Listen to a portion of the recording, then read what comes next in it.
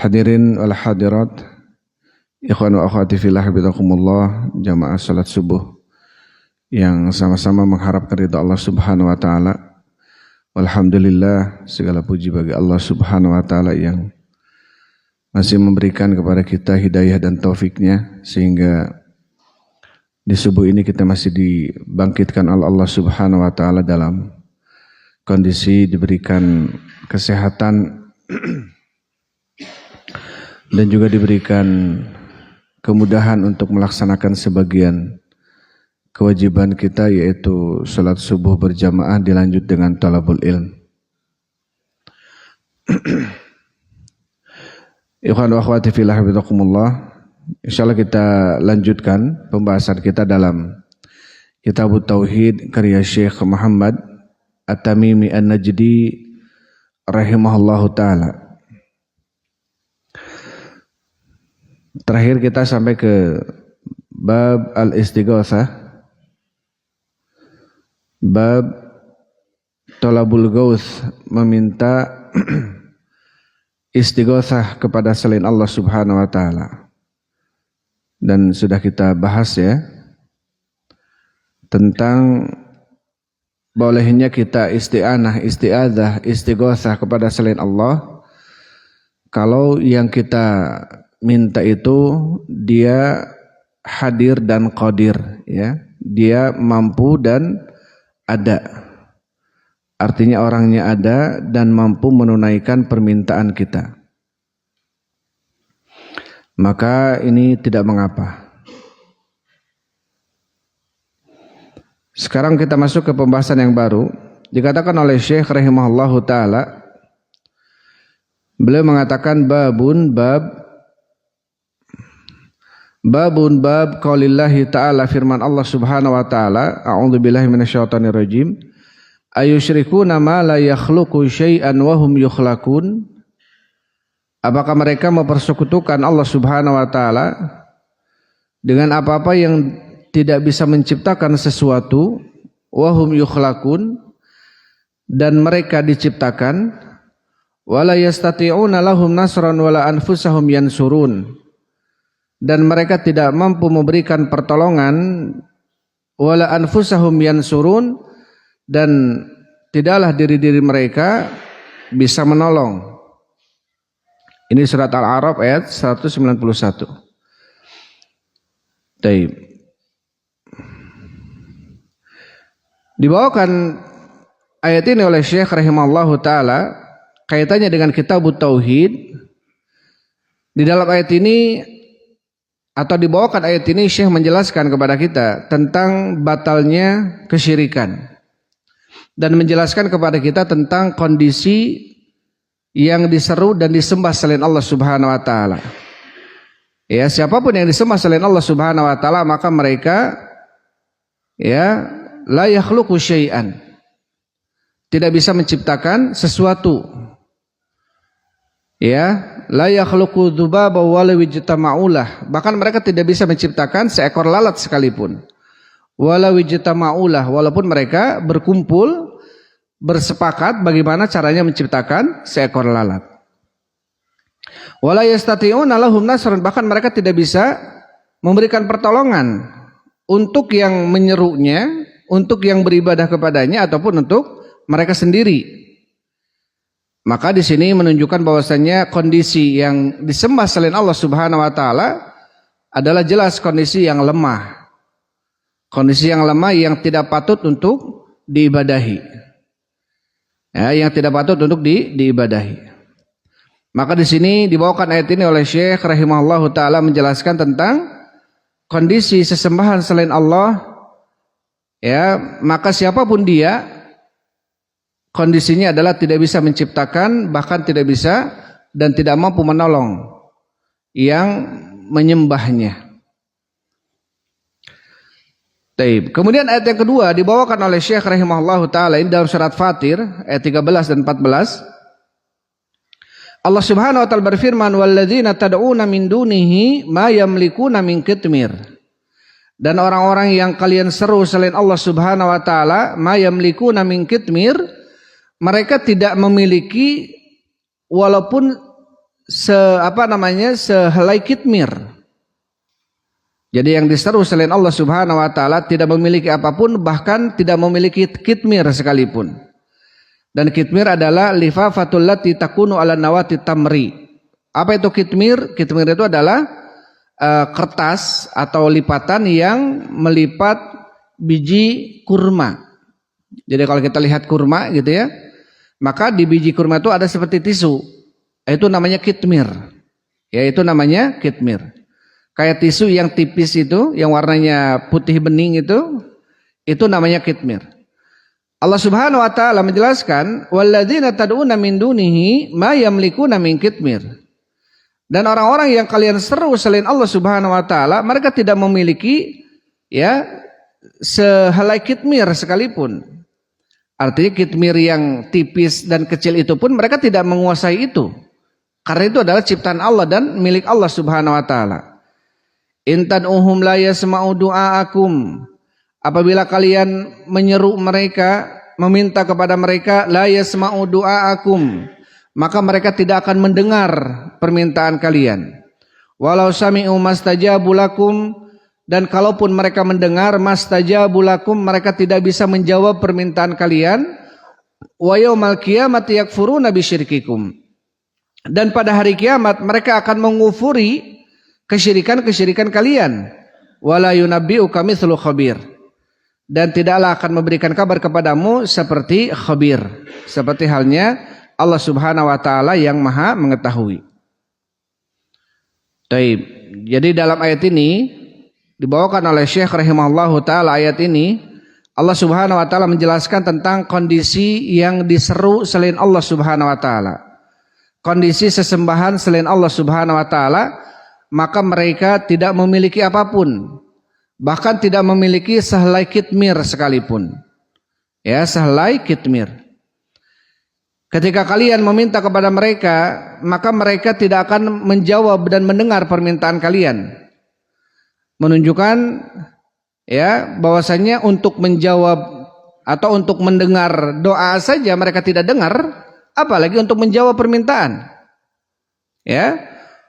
Ini menunjukkan bahwasanya siapapun, dikatakan oleh Syekh Shalih Fauzan hafizahullahu taala, bahwasanya Allah Subhanahu wa taala menjelaskan tentang lemahnya sesembahan-sesembahan selain Allah Subhanahu wa taala, baik itu malaikat atau para nabi atau patung-patung ya atau pohon-pohon atau siapapun itu. Di dalam ayat ini Allah Subhanahu wa taala menunjukkan tentang lemahnya mereka. Bahkan ketidakmampuannya mereka di dalam apa? Di dalam mendengar. Terlebih yang diserunya adalah yang sudah mati, ya. Maka ayat ini menjelaskan tentang kondisi sesembahan-sesembahan mereka selain Allah Subhanahu wa taala yang sudah meninggal, maka la yasma'u du'aakum. Mereka tidak bisa mendengar doa kita. Ya, mereka tidak bisa mendengar doa. Dan kalaupun mereka mendengar, kata Allah, ini kalaupun ya menunjukkan bahwasannya mereka tidak mendengar. Kalaupun mendengar, mereka tidak mampu menjawab permintaan. Dan terakhir apa kata Allah? Wa yaumal qiyamati yakfuruna bisyirkikum, dan pada hari kiamat mereka akan mengkufuri kesyirikan kalian. Artinya yang disembah selain Allah Subhanahu wa taala itu pada hari kiamat mereka akan berlepas diri dari yang menyembahnya. Ya, ittabarra alladzina tubi'u minal ladzina taba'u wa ra'aul azaba wa taqatta'at bihimul asbab. Ya, ketika berlepas dirinya orang-orang yang diikuti, yang disembah dari orang-orang yang mengikutinya, yang menyembahnya. Jadi pada hari di mana orang-orang yang disembah selain Allah Subhanahu wa taala, mereka berlepas diri dari yang menyembahnya. Ya, mereka berlepas diri dari yang menyembahnya. Ya, sampai apa kata Allah Subhanahu wa taala tentang ucapan syaitan, wa qala syaitan la talumuni walumu anfusakum. Sampai syaitan mengatakan apa? Janganlah kalian menyalahkan saya, salahkan diri-diri kalian. Kenapa kalian mengikuti saya? Itu hari kiamat nanti di mana orang-orang yang menyembah kepada selain Allah, maka yang disembah ini mereka tidak bisa membantu apa-apa, bahkan mereka akan berlepas diri. Ya, bahkan mereka akan berlepas diri dari yang mengikutinya atau dari yang menyembahnya. Maka kaitan ayat ini dengan bab jelas ya, bahwasanya dalam ayat ini Allah menjelaskan tentang batalnya kesyirikan dan bantahan bagi orang-orang yang musyrik tentang peribadatan atau sesembahan yang mereka sembah selain Allah Subhanahu wa taala. Taib, itu dua ayat yang dibawakan. Kemudian setelahnya Syekh membawakan hadis wa fi sahih, dan di dalam sahih. Maksudnya sahihain Bukhari Muslim. An Anas bin Malik, dari Anas bin Malik, semoga Allah meridainya. Qala, beliau berkata, syujjan Nabiyyu sallallahu alaihi wasallam yauma Uhudin. Ya, terluka Nabi sallallahu alaihi wasallam pada hari Uhud, wa qusirat rubaiyatuhu, dan patah gigi taringnya. Faqala, dan Rasul mengatakan, kaifa yuflihu qaumun syajju nabiyahum. Bagaimana akan beruntung satu kaum ketika mereka melukai nabinya. Fanazalat, maka turunlah ayat laisa laka minal amri syai', tidak ada padamu ya Muhammad urusan sedikit pun. Taib. Maka di dalam hadis yang dibawakan oleh Syekh, ya, kaitannya dengan bab ini, Syekh Shalih Fauzan mengatakan bahwasanya yukhbiru Anasun amma hasala lin Nabi sallallahu alaihi wasallam fi waqa'ati Uhud minal ibtila. Jadi dalam hadis ini Anas bin Malik, ini hadis sahabat Anas bin Malik ya. Beliau mengabarkan tentang apa yang terjadi kepada Nabi Shallallahu Alaihi Wasallam ketika perang Uhud daripada ujian yang menimpa. Ya, bahkan Nabi Shallallahu Alaihi Wasallam itu terkena luka ya dari orang-orang musyrik. Terkena luka dari orang-orang musyrik sehingga patah gigi taringnya. Maka di dalamnya ada dalil tentang batalnya sesembahan sesama selain Allah, baik dia itu nabi atau wali atau orang-orang soleh. Kenapa di dalam hadis ini ketika nabi saja tidak bisa menahan madorot atas dirinya, bagaimana bisa menahan madorot atas orang lain gitu? Ketika nabi saja tidak bisa menolak ya musibah yang terjadi kepada dirinya, bagaimana bisa menolak musibah yang terjadi kepada yang meminta kepadanya?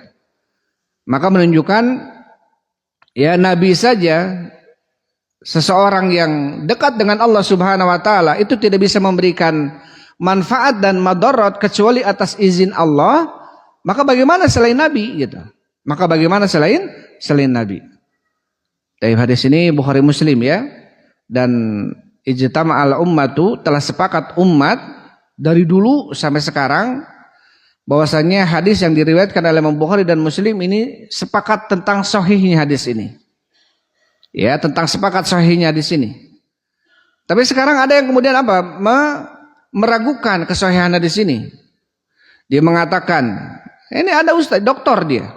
Dia mengatakan bahwasanya saya walaupun tahu hadis ini hadis diriwayatkan oleh Imam Bukhari dan Muslim, tapi saya meragukan kesahihan hadis ini. Bagaimana bisa seorang nabi terluka? Dia kan seorang nabi katanya. Ya, mungkin bapak-bapak pernah mendengar ya ucapan doktor ini. Yang kadang-kadang ngawur sekali ya ucapannya. Dia mengatakan apa? Saya meragukan hadis ini. Walaupun dikeluarkan oleh Imam Bukhari dan Muslim. Kenapa? Berkaitan dengan hak Rasul. Masa seorang nabi, seorang Rasul, ya utusan Allah bisa terluka? Taib. Ini menunjukkan apa? Menunjukkan kebodohan dia, ya.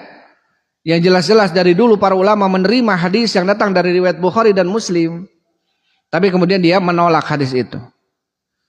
Padahal kalau Imam Ahmad bin Hambal, Sufyan Ats-Tsauri dan banyak ulama yang lainnya, beliau mengatakan, man radda hadisan ya'taqidu annahu sahih. Barang siapa yang menolak satu hadis saja ketika dia meyakini hadis itu sahih, padahal dia tahu, dokter ini tahu dia hadis ini dikeluarkan oleh Imam Bukhari dan Muslim, tapi karena isinya tentang haknya Rasul, jadi seakan-akan dia nggak percaya kalau Rasul itu bisa terluka. Padahal Rasul manusia biasa.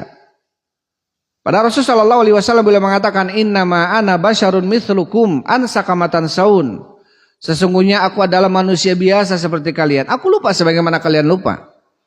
Kemudian Rasul Shallallahu Alaihi Wasallam mengatakan, la tutruni kama atratin nasara Isa bin Maryam. Janganlah kalian bersifat gulu kepadaku, berlebih-lebihan kepadaku. Ya, sebagaimana telah berlebih-lebihannya orang-orang Nasara kepada Nabi Isa ibnu Maryam. Innama ana abdun, aku hanya seorang hamba. Ya, wa rasulun, dan seorang utusan. Faqulu Abdullah wa rasuluh. Maka katakanlah hamba Allah dan utusannya. Artinya Nabi manusia biasa seperti kita.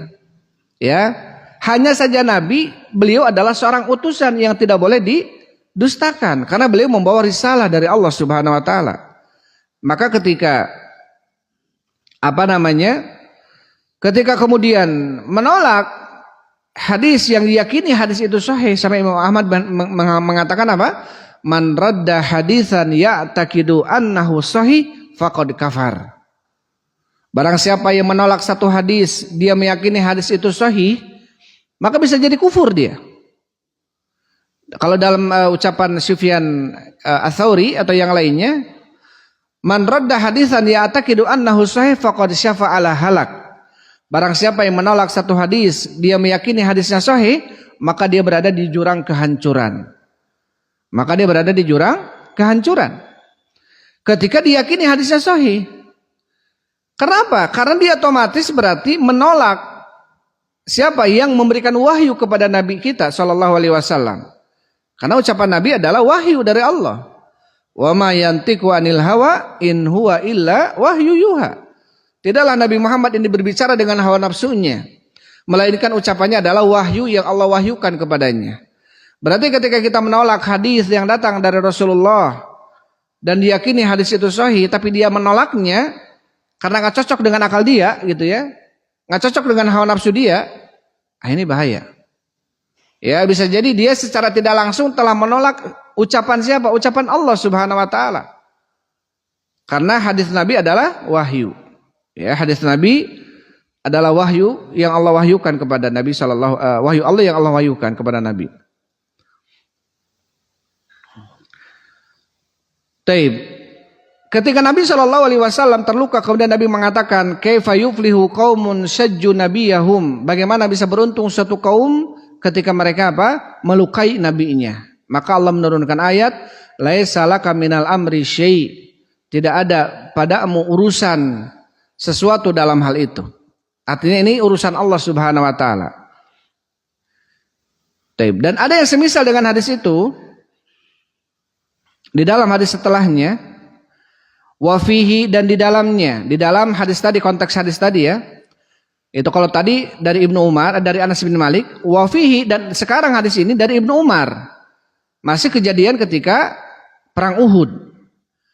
Wafihi an Ibnu Umar, dan di dalamnya dari Ibnu Umar radhiyallahu anhuma, semoga Allah meridhai keduanya, annahu sami'a Rasulullah sallallahu alaihi wasallam yaqul, sesungguhnya Ibnu Umar mendengar Nabi sallallahu alaihi wasallam bersabda, idza rafa'a ra'sahu minar ruku', tatkala Nabi mengangkat kepalanya ketika dari ruku, fi raqatil akhirati minal fajri, pada rakaat yang terakhir dari salat fajar, salat subuh. Jadi Nabi sallallahu alaihi wasallam pernah kunut nazilah ya. Dengan mengatakan apa? Setelah salat subuh, di dalam salat subuh setelah rakaat terakhir bangkit dari ruku, Nabi mengatakan Allahumma la'an fulan wa fulan wa fulan. Ya Allah, laknatlah si fulan dan si fulan. Ba'da ma yaqulu sami Allahu liman hamidah rabbana walakal hamdu. Ketika Nabi setelah mengucapkan sami Allahu liman hamidah rabbana walakal hamdu, kemudian Nabi mengatakan Allahumma al'an fulanan wa fulanan wa fulanan. Ya Allah, laknatlah si fulan dan si fulan. Di dalam riwayat lain disebutkan namanya. Ya Allah, Allahumma al'an Safwan bin Umayyah wa Suhail bin Amr wal Harith ibn Hisham. Ya Allah, laknatlah Safwan bin Umayyah. Ya Allah, laknatlah Suhail bin Amr. Dan ya Allah, laknatlah Harith bin Hisham. Maka ketika Nabi SAW mendoakan laknat kepada 3 orang pembesar Quraisy ini ketika perang Uhud, maka kemudian Allah menurunkan ayat, laisa laka minal amri syai' an yatuba alaihim au yu'adzibahum fa innahum zalimun. Tidak ada urusanmu ya Muhammad pada mereka. Apakah Allah akan memberikan taubat kepada mereka atau Allah mengadab mereka? Karena sesungguhnya mereka telah berbuat zalim. Artinya ketika Nabi SAW mendoakan laknat bagi mereka, karena laknat ini artinya apa? Meminta kepada Allah agar Allah tidak memberikan rahmat kepada orang itu. Karena laknat ini adalah at-tardu min rahmatillah. Mengusir seseorang dari rahmat Allah. Sedangkan rahmat Allah itu luas. Nggak boleh kita persempit rahmat Allah. Ya, maka dari ayat ini para ulama mengatakan kita tidak bolehnya melaknat orang kafir yang masih hidup, walaupun berbuat zalim, walaupun kezalimannya mungkin sudah memenuhi dunia ini misalkan ya. Taruh sekarang Benyamin Netanyahu, siapa perdana menteri Israel tuh? Ya Netanyahu ya. Saking bengisnya dia, saking jahatnya dia kepada kaum muslimin yang ada di Gaza, di Palestina. Boleh nggak kemudian kita melaknat dia? Maka jumhur mengatakan tidak boleh. Karena dia walaupun orang kafir tapi masih hidup. Masih ada kemungkinan Allah berikan hidayah kepada dia. Ketika Nabi SAW melihat kezaliman siapa nih 3 orang ini pembesar Quraisy, Safwan bin Umayyah, Suhail bin Amr sama Haris bin Hisham, kemudian Allah menegur Nabi SAW, nggak ada urusanmu pada mereka ya Muhammad. Karena ini urusan Allah. Allah akan mengadab mereka, Allah atau memberikan hidayah bagi mereka. Ini adalah urusan Allah Subhanahu wa taala. Dan betul. Akhirnya apa? Suhail bin Amr masuk Islam dan baik Islamnya. Sama disebutkan dengan khatib, ya, Khatibul Islam. Dijuluki sebagai khatibnya. Karena dia ini sebagai seorang yang dari dulu semenjak dia musyrik dan masuk Islam, dia seorang yang mau'id, memberikan ujangan dengan ujangan yang baik. Atau Haris bin Hisham, anaknya Abu Jahal. Ya, atau saudaranya Abu Jahal, Amr bin Hisham. Dolimnya, bagaimana kebenciannya kepada Nabi. Tapi kemudian akhirnya apa? Masuk Islam sebelum Fatu Mekkah. Atau pas Fatu Mekkah, tahun 8 Hijriah. Menunjukkan apa? Menunjukkan tidak bolehnya seseorang dia mendoakan orang kafir sekalipun kalau masih hidup. Dengan laknat. Karena laknat itu berarti apa? Kita mengusir seseorang dari rahmat Allah. Padahal inna rahmati wasi'at ghadabi. Sesungguhnya rahmatku ini ya lebih luas dibanding apa? Amarahku. Artinya rahmat Allah itu luas. La tuhajjir wasi'an, la tahajjarta wasi'an. Janganlah kamu membuat sempit sesuatu yang luas. Ketika ada orang Badui kemudian masuk ke masjid, hadis Anas bin Malik ya, riwayat Bukhari, kemudian orang Badui ini kencing di masjid. Kemudian para sahabat melihat orang Badui ini kencing, maka para sahabat ada yang mencelanya, ada yang menariknya, ada yang mengusir dari masjid, ada yang ngata-ngatain gitu ya. Apa kemudian Rasul mengatakan biarkanlah dia, selesaikan dulu kencingnya. Kemudian fa'amara Nabi sallallahu alaihi wasallam bidalwin min ma, meminta air 1 ember dan kemudian fausiba alaihi, dituangkan kepada air kencing itu. Karena ketika itu masih di padang pasir dan kemudian apa? Hilanglah dengan air 1 ember tadi. Setelah selesai, ternyata banyak sekali faidah hadis itu ya. Karena seseorang yang sedang kencing kemudian dipaksa berhenti kencingnya, itu akan membuat saluran kencing tersendat dengan seketika, itu akan membuat sakit. Bahaya gitu ya kalau kata Ibnu Qayyim rahimahullah. Intinya apa? Orang Badui tadi ketika melihat bagaimana rahmatnya Nabi Muhammad SAW, ketika para sahabat memarahinya, menegurnya, karena orang Badui ini nggak ada ilmu, nggak tahu kalau nggak boleh kencing di masjid. Bayangkan kalau kita ada orang kencing di masjid gitu ya, mungkin kita bangkit, kita mungkin marahin dia gitu ya. Bagaimana ada orang kencing di masjid? Ini menista agama ini. Bisa jadi dia di demo habis-habisan gitu ya. Tapi enggak dengan Nabi SAW. Kalau memang orangnya awam, kalau memang orangnya bodoh, maka Nabi mengajarkan tentang tidak boleh itu. Kemudian di akhirnya orang Badui ini mengatakan, Allahumma arhamni ana wa Muhammadan, wala tarham ma'ana ahadan. Ya Allah, berikanlah rahmatmu kepada kami dan Muhammad saja ya Allah. Jangan kau berikan rahmatmu kepada orang-orang itu. Kemudian Rasul mengatakan, laqad tahajjarta wasi'an. Wahai Badui, ya orang-orang Badui tadi, engkau telah membuat sesuatu yang luas menjadi sempit. Padahal rahmat Allah itu luas. Surga Allah itu luas. Engkau telah mempersempit rahmat Allah Subhanahu wa ta'ala. Maka di dalam hadis yang ini masih serupa dengan hadis yang di atas. Hanya saja di dalam hadis ini Nabi SAW mendoakan langsung gitu ya. Mendoakan langsung, meminta kepada Allah agar apa? Agar Allah Subhanahu wa ta'ala menjauhkan rahmat dari 3 orang yang tadi disebutkan. Tapi kemudian Allah menurunkan ayat dalam surat Al-Imran 128. Ya, ini menunjukkan apa? Menunjukkan tidak bolehnya kita melaknat seseorang. Ya, bagaimana dengan hadis-hadis yang Rasul mengatakan la'anallah misalkan. Al minar rijali mutasyabihina bin nisa, Allah melaknat laki-laki yang menyerupai perempuan atau perempuan yang menyerupai laki-laki, atau la'anallahu rasyi wal murtasyi, Allah melaknat yang nyogok dan disogok, atau banyak sekali hadis yang di dalamnya dilafadzkan dengan laknat. Apakah kemudian boleh kita mentayinnya? Ya, menentukan individu orang-orangnya. Misalkan kita melihat ada orang yang sogok nih, dasar kamu dilaknat. Boleh nggak seperti itu? Nggak boleh. Ya, karena bentuk laknat dari Allah atau Rasulnya ini umum. Misalkan laknatullah alal yahud wan nasara, laknat Allah bagi orang-orang Yahudi dan Nasrani, ittakhudhu qubur anbiya'i masajid.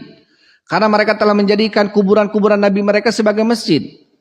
Ada laknat dari Allah dan Rasulnya bagi orang-orang Yahudi dan Nasrani. Tapi kalau kemudian orang Yahudi misalkan namanya Fulan, ya kamu Fulan dilaknat sama Allah karena kamu orang Yahudi, boleh nggak kita kemudian seperti itu? Tidak boleh.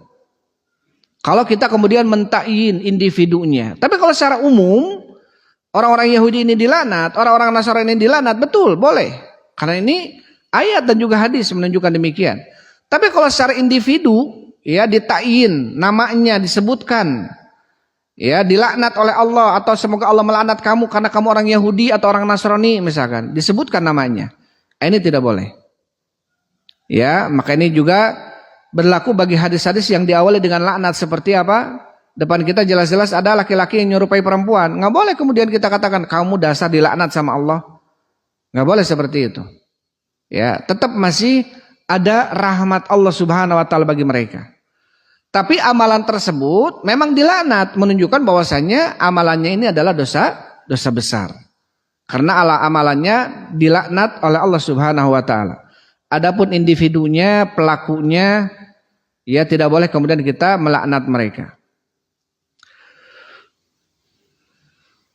Maka sama dalam hadis yang kedua ini dikatakan oleh Syekh Shalih Fauzan tentang apa? Tentang bahwasanya Nabi SAW itu tidak fihi bayanan anna Nabi SAW lam yakdir an yadfa'a adal musyrikina an nafsihi wal an asabihi bal laja ila rabbihil qadiril malik. Jadi dalam hadis ini Rasul menjelaskan, ya ada penjelasan di dalam hadis ini bahwasanya Nabi saja tidak bisa menolak madarat atas dirinya dan para sahabatnya ketika itu. Ya, watil kal ayyamu nudawiluha bainan nas. Kemudian Allah menurunkan ayat tentang itulah hari-hari yang kami putarkan di antara manusia. Ketika perang Badar, Allah berikan kemenangan kepada Nabi, bahkan puluhan tawanan musyrikin di Badar. Begitu pula dengan apa? Dengan Uhud. Ya, Allah berikan kekalahan, tetapi ada sebab-sebab di dalamnya. Sebab-sebab karena mereka tidak mentaati perintah Nabi, terkhusus para pemegang panah ya yang di bukit Rumah itu.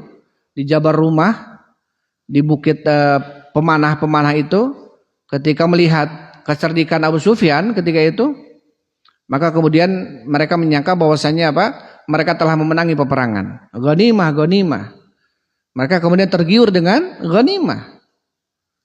Maka kemudian terjadilah apa yang terjadi ya, yang sudah kita ketahui. Ini menunjukkan apa? Menunjukkan ujian, itulah hari-hari yang kami putarkan di antara manusia, kata Allah. Ada hari di mana seseorang diberikan kemenangan, ada juga kekalahan, ada rasa sakit, ada juga kepedihan, ada juga kesenangan. Kadang dia senang, kadang juga sedih. Kadang dia lapar, kadang dia kenyang. Itulah hari-hari yang diputarkan oleh Allah Subhanahu wa taala bagi manusia sebagai bentuk ujian.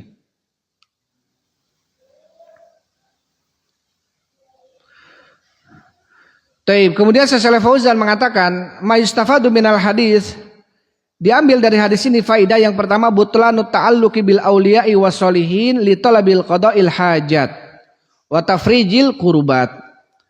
Batilnya, salahnya seseorang menggantungkan dirinya kepada wali-wali atau orang soleh untuk meminta sesuatu yang bisa menunaikan hajat dan juga bisa menghilangkan kurubat, yaitu kesempitan. Banyak orang-orang bukannya kepada Allah Subhanahu wa taala meminta kelancaran usaha, meminta kesembuhan gitu ya. Bukannya kepada Allah Subhanahu wa taala, tapi kepada orang yang dianggap soleh. Orang yang dianggap wali Allah Subhanahu wa taala, ya. Padahal jelas-jelas yang menyembuhkan penyakit adalah Allah Subhanahu wa taala. Jelas-jelas yang melancarkan usaha dan menyempitkannya adalah Allah Subhanahu wa taala. Kecuali kalau dia datang kepada orang soleh, ya, dan orang solehnya memang pintar dalam hal dagang, misalkan dia tahu strategi dagang, kita bertanya-tanya kepada dia, bukan bertanya untuk bagaimana agar berkah dagangnya atau agar dilancarkan dagangnya, tapi dia bagaimana tentang metode dagang yang bagus, misalkan ya, manajemen dagang yang bagus, maka tidak mengapa. Urusan-urusan duniawi. Ya, tapi kalau seakan-akan kelancaran dan tidak lancarnya usaha ini tergantung wali fulan dan fulan, maka ini tidak boleh. Ya, karena tidak ada yang bisa memberikan manfaat dan madarat kecuali Allah Subhanahu wa taala. Bahkan Nabi pun tidak mampu melakukan itu. Bahkan Nabi pun tidak mampu. Intinya hadis ini dibawakan oleh Syekh dalam kitabnya Tauhid menunjukkan sosok Nabi saja tidak mampu menolak madarat yang terjadi pada dirinya, apalagi selain Nabi, gitu ya, apalagi selain Nabi. Kemudian hadis yang setelahnya dibawakan oleh Syekh rahimahullahu taala. Beliau mengatakan dalam hadis ini, wa fihi an Abi Hurairah radhiyallahu anhu, dan di dalamnya ada hadis dari Abu Hurairah semoga Allah meridainya. Qala, berkata Abu Hurairah, qama Rasulullah sallallahu alaihi wasallam hina anzalallahu alaihi. Rasul sallallahu alaihi wasallam bangkit ketika turun atau ketika Allah Subhanahu wa taala menurunkan ayat kepadanya, wa anzir ashiratakal aqrabin, dan peringatkanlah olehmu ya Muhammad kerabat-kerabatmu yang terdekat. Surat Asy-Syu'ara ayat 214. Jadi ketika ayat ini turun, surat Asy-Syu'ara 214 ini, dan peringatkanlah olehmu ya Muhammad kerabat-kerabatmu yang terdekat. Artinya kewajiban dakwah itu adalah untuk kerabat dulu yang terdekat, baru kemudian kepada orang lain. Karena ini adalah kewajiban. Ku anfusakum wa ahlikum. Jagalah diri kalian dan keluarga kalian. Ini yang diperintahkan oleh Allah Subhanahu wa taala. Ketika ayat ini turun, qama Rasulullah sallallahu alaihi wasallam. Akhirnya Rasulullah bangkit, bangun dan menyeru, ya, memanggil dengan mengatakan ya masyar Quraisy, wahai sekumpulan orang-orang Quraisy, au kalimatan nahwah, atau kalimat yang semisal dengan itu. Dipanggil oleh Rasulullah sallallahu alaihi wasallam orang-orang Quraisy, istaru anfusakum, ya, jualah diri-diri kalian, artinya kepada Allah Subhanahu wa taala. La ugni ankum minallahi syai'an, aku tidak bisa memberikan kecukupan kepada kalian dari Allah Subhanahu wa taala sesuatu apapun. Artinya ketika kalian dosa, ketika kalian berhak masuk neraka, apalagi tidak tidak bisa diberikan syafaat karena kalian musyrik, gitu ya, maka nggak bisa apa-apa saya. Maka Nabi nggak bisa apa-apa, walaupun dia kerabatnya sendiri. Kalau dia musyrik, maka Nabi SAW tidak bisa memberikan syafaat kepada orang-orang musyrik walaupun kerabatnya. Kemudian ya Abbas bin Abdul Muttalib, wahai Abbas, anaknya Abdul Muttalib, la ugni anka minallahi syai'an, aku tidak bisa memberikan kepadamu kecukupan dari Allah sedikit pun. Ya Safiyatu ammati Rasulillah sallallahu alaihi wasallam, wahai Safiyah bibinya Rasul sallallahu alaihi wasallam, la ugni anki minallahi syai'a, aku tidak bisa memberikan kepadamu kecukupan dari Allah Subhanahu wa taala sedikit pun. Wa ya Fatimah binta Muhammadin salini mimali ma syi'ti, wahai Fatimah anak perempuannya Muhammad sallallahu alaihi wasallam, mintalah engkau kepadaku dari hartaku, masyiti dengan seperlunya atau dengan keinginanmu. La ugni anki minallahi syai'a, aku tidak bisa memberikan kepadamu kecukupan dari Allah sedikit pun. Artinya apa? Artinya Nabi Shallallahu Alaihi Wasallam memerintahkan kepada kerabat-kerabatnya untuk menyelamatkan dirinya masing-masing dengan apa? Dengan bertauhid kepada Allah. Ya, dengan melakukan perintahnya dan menjauhi larangannya. Ketika mereka berhak mendapatkan azab Allah dengan dia berbuat syirik, gitu ya, maka Nabi Shallallahu Alaihi Wasallam tidak bisa berbuat apa-apa. Ketika Allah Subhanahu Wa Taala menginginkan apa? Menginginkan bagi kerabatnya adalah neraka. Sebagaimana yang terjadi kepada pamannya Abu Talib. Pamannya Abu Talib dari umur Nabi Shallallahu Alaihi Wasallam 8 tahun. Ya, kemudian Abu Talib ini mengurus Nabi Shallallahu Alaihi Wasallam sampai wafatnya Abu Talib, ya, sampai sesaat sebelum Rasulullah hijrah ke Madinah. Ketika ketika Abu Talib ini sakaratul maut, maka kemudian Abu Talib datang kepada Rasulullah datang kepada Abu Talib, menjenguk Abu Talib, dan di sisi Abu Talib ketika itu ada Abu Jahal. Dan Abu Talib mengatakan, ya am kul kalimatan kul la ilaha illallah kalimatan uhajulaka biha indallah. Wahai paman, katakanlah olehmu kalimat la ilaha illallah yang aku akan berhujjah untukmu di sisi Allah. Artinya aku akan memberikan syafaat kepadamu, yang menjadi saksi engkau adalah seorang muslim. Tapi apa kata Abu Jahal? La taqulu ya Abu Talib. Jangan kau ucapkan itu ya Abu Talib. Atarghabu an millati Abdul Muttalib, apakah kamu benci kepada agama bapakmu Abdul Muttalib? Agama nenek moyang, agama menyembah Lata, Mana dan Uzza. Diulangi lagi oleh Rasulullah, diulangi lagi Abu Talib, diulangi lagi oleh Rasul yang ketiga kalinya, diulangi lagi oleh Abu Talib yang ketiga kalinya. Kemudian Musayyib, seorang sahabat yang hadir ketika itu, famata Abu Talib walam yaqulu kalimat la ilaha illallah. Ketika matinya Abu Talib, dia tidak mengucapkan kalimat la ilaha illallah.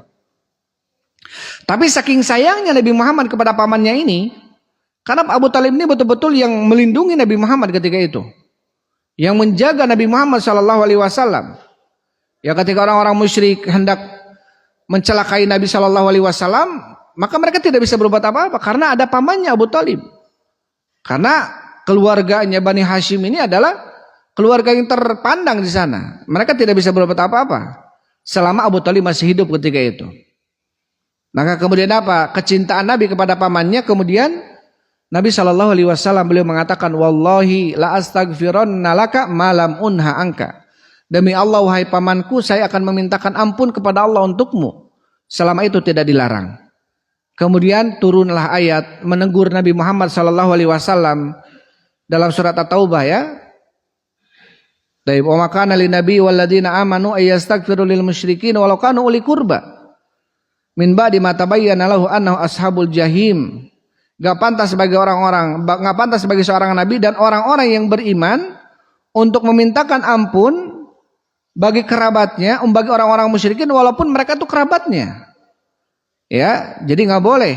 Ditegur Nabi Shallallahu Alaihi Wasallam memintakan ampun bagi Abu Talib walaupun itu pamannya sendiri karena Abu Talib masih musyrik.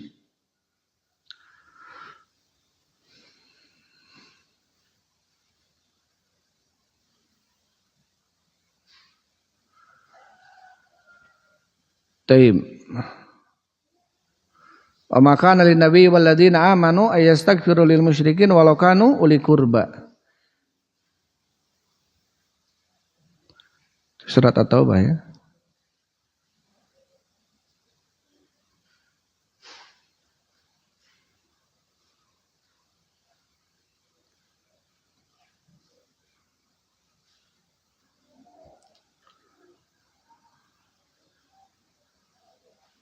Taib, berapa itu nanti?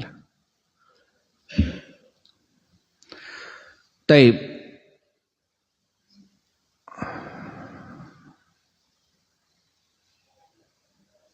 Maka di sini pamannya Nabi Shallallahu Alaihi Wasallam yang begitu dekat dengan nasabnya dengan Nabi Shallallahu Alaihi Wasallam itu tidak bisa berpengaruh nasab Nabi Shallallahu Alaihi Wasallam kalau memang pamannya musyrik, tidak bisa berbuat apa-apa. Apalagi orang-orang yang mengaku dirinya apa? Dirinya nasabnya Nabi Shallallahu Alaihi Wasallam atau dzurriyyat Nabi Shallallahu Alaihi Wasallam. Maka ini sangat-sangat harus menjadi pelajaran gitu ya. Jangan sampai kemudian pengakuan dia sebagai dzurriyyahnya Nabi, ya, keturunan Nabi, kemudian membuat dia seakan-akan semuanya boleh. Ya. Sampai ada di antara mereka yang mengatakan bahwasannya selama dzurriyyat Nabi ini mengalir darah di badan saya, darahnya Nabi. Ya, bahkan dzurriyyah Nabi ini walaupun dia berzina, walaupun dia apapun gitu ya, dia tetap jaminannya surga. Nabi SAW mengatakan man bata'a bihi amaluhu lam yusri bihi nasabuhu.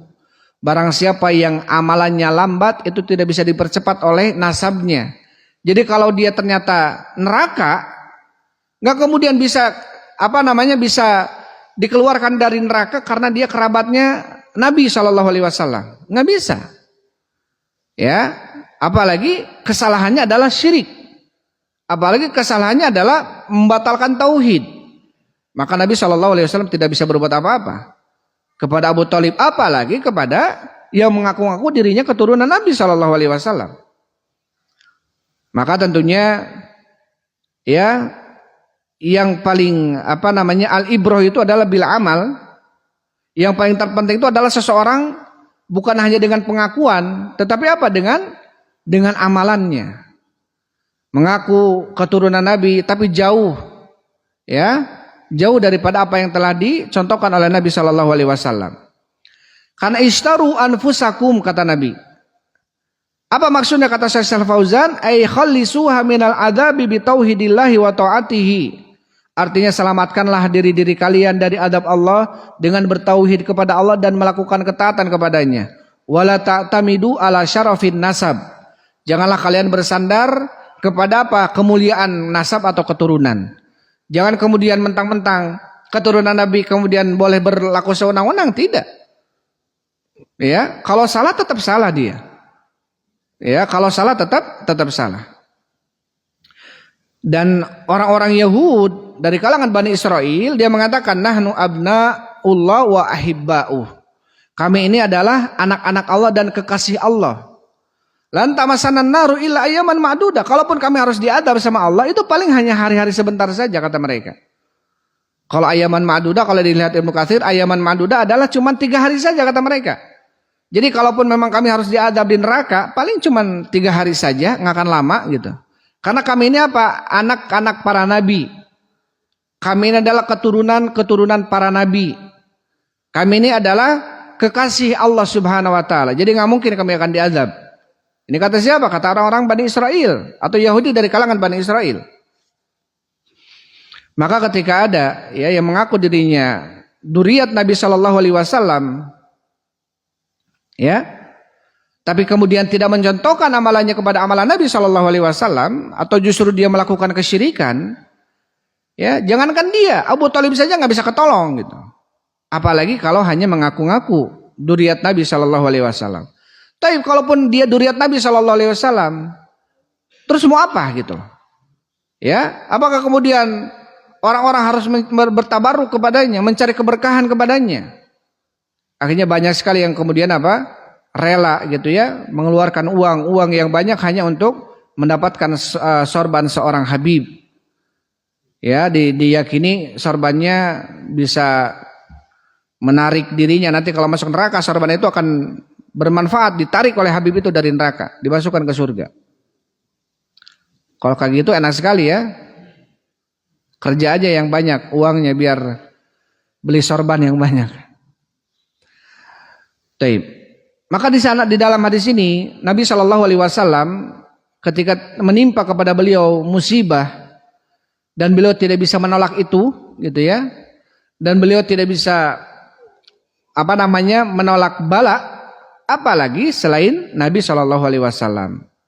Maka ini menunjukkan siapapun yang disembah selain Allah, siapapun yang diminta selain Allah Subhanahu Wa Taala, maka dia tidak bisa apa-apa. Untuk dirinya sendiri aja tidak bisa menolong dirinya, apalagi menolong orang lain. Maka dalam hadis ini juga menunjukkan Nabi Shallallahu Alaihi Wasallam tidak mengetahui perkara yang akan terjadi.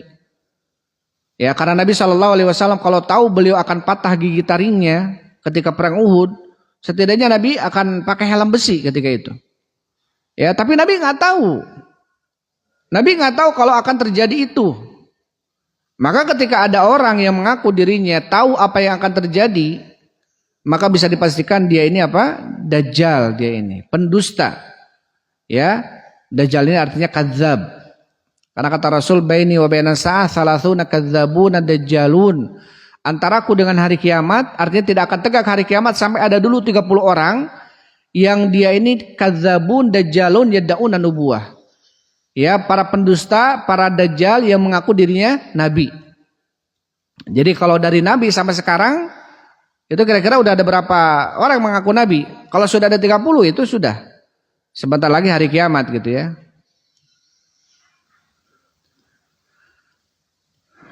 Taib. Ada nabi terakhir apa itu yang di Jawa itu? Nabi Tugimin, ada juga ya? Iya, perbatasan Jawa Sunda itu ada Nabi Tugimin katanya.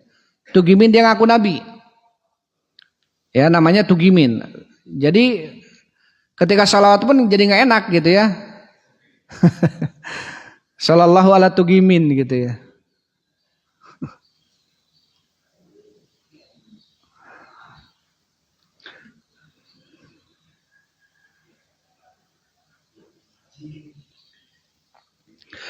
Taib, kemudian Syekh Shalih Fauzan beliau membawakan faidah dari hadis ini.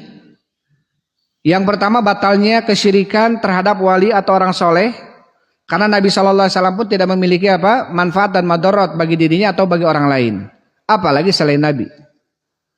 Yang kedua, wuku'ul asqami wal ibtila bil anbiya alaihi wassalatu wassalam. Yang kedua, boleh dan pasti bisa terjadinya rasa sakit yang menimpa para nabi. Al-asqam, penyakit atau rasa sakit yang menimpa Nabi sallallahu alaihi wasallam atau para nabi yang lainnya. Maka ketika ada keyakinan bahwasanya nabi itu tidak akan terluka, nabi itu dia kuat dibacok gitu ya, nggak akan patah giginya dan lain sebagainya. Ini bahaya keyakinan seperti ini. Bahkan justru apa? Asyadul bala al-anbiya. Orang yang paling dahsyat balanya, ujiannya ada justru para nabi. Bagaimana Nabi Zakaria digergaji, ya? Bagaimana nabi-nabi yang lain? Fariqon kadzabtum wa fariqon taqtulun. Sebagian yang dibunuh, nabi-nabi yang dibunuh oleh orang-orang Bani Israel, sebagian lagi yang didustakan. Ya, ini menunjukkan apa? Musibah, ujian yang diterima oleh para nabi itu lebih dahsyat dibanding manusia-manusia biasa seperti kita. Ya, baik itu luka, ya, kesedihan, rasa sakit, maka 2 kali lipat dibanding manusia-manusia biasa. Maka salah kalau kemudian ya ada orang yang menolak hadis itu karena berkeyakinan bahwa seorang nabi itu nggak akan mempan, nggak akan patah giginya, nggak mungkin patah, nggak mungkin berdarah gitu. Ketika di Taif, kemudian dilempar batu dan pipinya berdarah, ya sampai kemudian ada Malakul Jabal, ada malaikat, ya, dan menawarkan untuk apa? Membalikan gunung Taif itu ke mereka. Nabi SAW, ama ilaika fala. Adapun kepadamu saya tidak butuh pertolonganmu, saya butuh pertolongan Allah Subhanahu Wa Taala, kata Nabi. Ya, ketika datang malaikat menawarkan pertolongan kepada Nabi, Nabi SAW dalam kondisi butuh ketika itu, beliau tidak. Ya, bahkan ketika dilemparkan, Nabi Ibrahim juga sama, ya. Ketika dilemparkan kemana? Ke tumpukan api. Ketika datang malaikat Jibril menawarkan bantuan, ama ilaika fala. Adapun kepadamu saya tidak butuh, saya butuh pertolongan Allah. Sama seperti Nabi SAW. Bahkan Nabi memintakan ya ampunan kepada orang-orang Taif dan mengatakan Allah maghfir li qaumi fa innahum la ya'lamun. Ya Allah, ampunilah kaum saya karena mereka tidak mengetahui. Maka doa yang terdolimi ketika itu, orang-orang Taif ini menjadi muslim dan baik Islamnya. Sampai dalam riwayat disebutkan ketika terjadi masa riddah ini ketika wafatnya Nabi, banyak kemudian orang-orang mengaku dirinya muslim ketika itu murtad, nggak mau dia bayar zakat kepada Abu Bakar As-Siddiq ketika itu. Sampai diperangi oleh Abu Bakar As-Siddiq. Ya, sampai Abu Bakar mengatakan saya akan perangi orang-orang yang membedakan antara salat dengan zakat. Ya, kemudian Umar bin Khattab pun akhirnya tergugah pendapatnya dan ikut pendapat Abu Bakar dan memerangi orang-orang yang tidak mau bayar zakat. Atau dikatakan orang-orang murtad ketika itu. Sampai diriwayatkan bahwasanya tidak ada seorang pun dari orang Taif yang murtad ketika itu. Ya, ini salah satu doanya Nabi SAW untuk diberikan hidayah kepada mereka. Ketika Nabi terzalimi, justru Nabi mendoakan mereka dengan hidayah. Ini menunjukkan mujarabnya ya, doa mustajabnya doa yang terdolimi itu. Jadi kalau kita sedang terdolimi, mending kita doanya yang baik-baik saja. Ketika terdolimi sama orang, ya Allah mudahkanlah saya haji, mudahkanlah saya umroh, kan lebih baik daripada amak gitu ya, daripada ya Allah balaslah dia dengan pembalasan yang setimpal misalkan dan lain sebagainya. Mending doa saja yang kita butuhkan, hajat-hajat. Ya, karena doanya laisa bainahu wa bainallahi hijab, tidak ada hijab antara dia dengan Allah Subhanahu wa taala.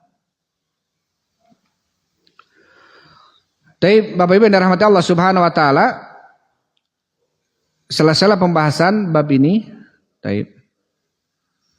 Ya, menunjukkan apa tentang Nabi aja tidak mampu memberikan manfaat dan madarat bagi dirinya, apalagi selain Nabi Shallallahu Alaihi Wasallam. Tapi itu mungkin yang bisa disampaikan untuk pagi hari ini. Sebelum tutup mungkin ada yang ditanyakan, silakan ya. Tafadhol.